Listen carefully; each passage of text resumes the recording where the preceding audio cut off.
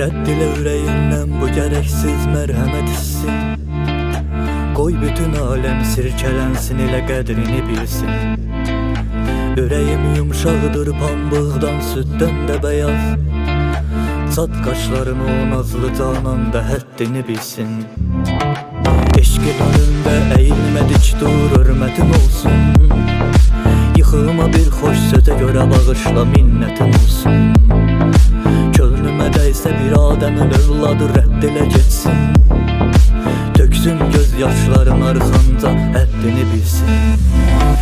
Rədd elə ürəyindən bu gərəksiz mərhəmət hissi. Qoy bütün aləm sirkələnsin, elə qədrini bilsin. Ürəyim yumşaqdır pambıqdan, süddən də bəyaz.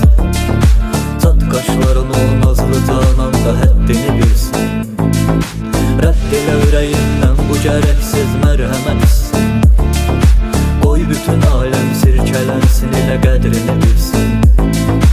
Ürəyim yumşaqdır pambıqdan, süddən də bəyaz. Çat qaşların o nazlı canan da həddini bilsin.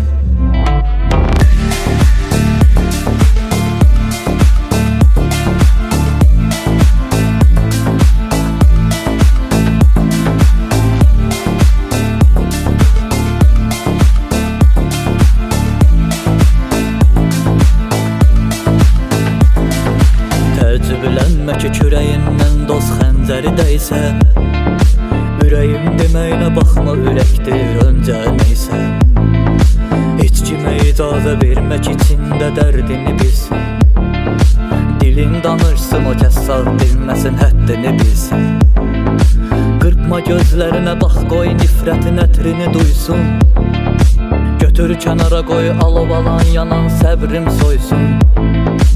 Yum qulaqlarını, kar olsun hər kəsə Rəbbini bilsin. Tamahın yolundan çıxmasın, qoy həddini bilsin. Rədd elə ürəyindən bu gərəksiz mərhəmət hissi. Qoy bütün aləm sirkələnsin, elə qədrini bilsin. Ürəyim yumşaqdır pambıqdan, süddən də bəyaz.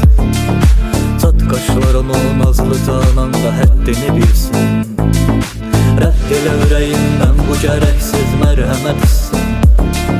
Qoy bütün aləm sirkələnsin, elə qədrini bilsin. Ürəyim yumşaqdır pambıqdan, süddən də bəyaz. Çat qaşların o nazlı canan da həddini bilsin.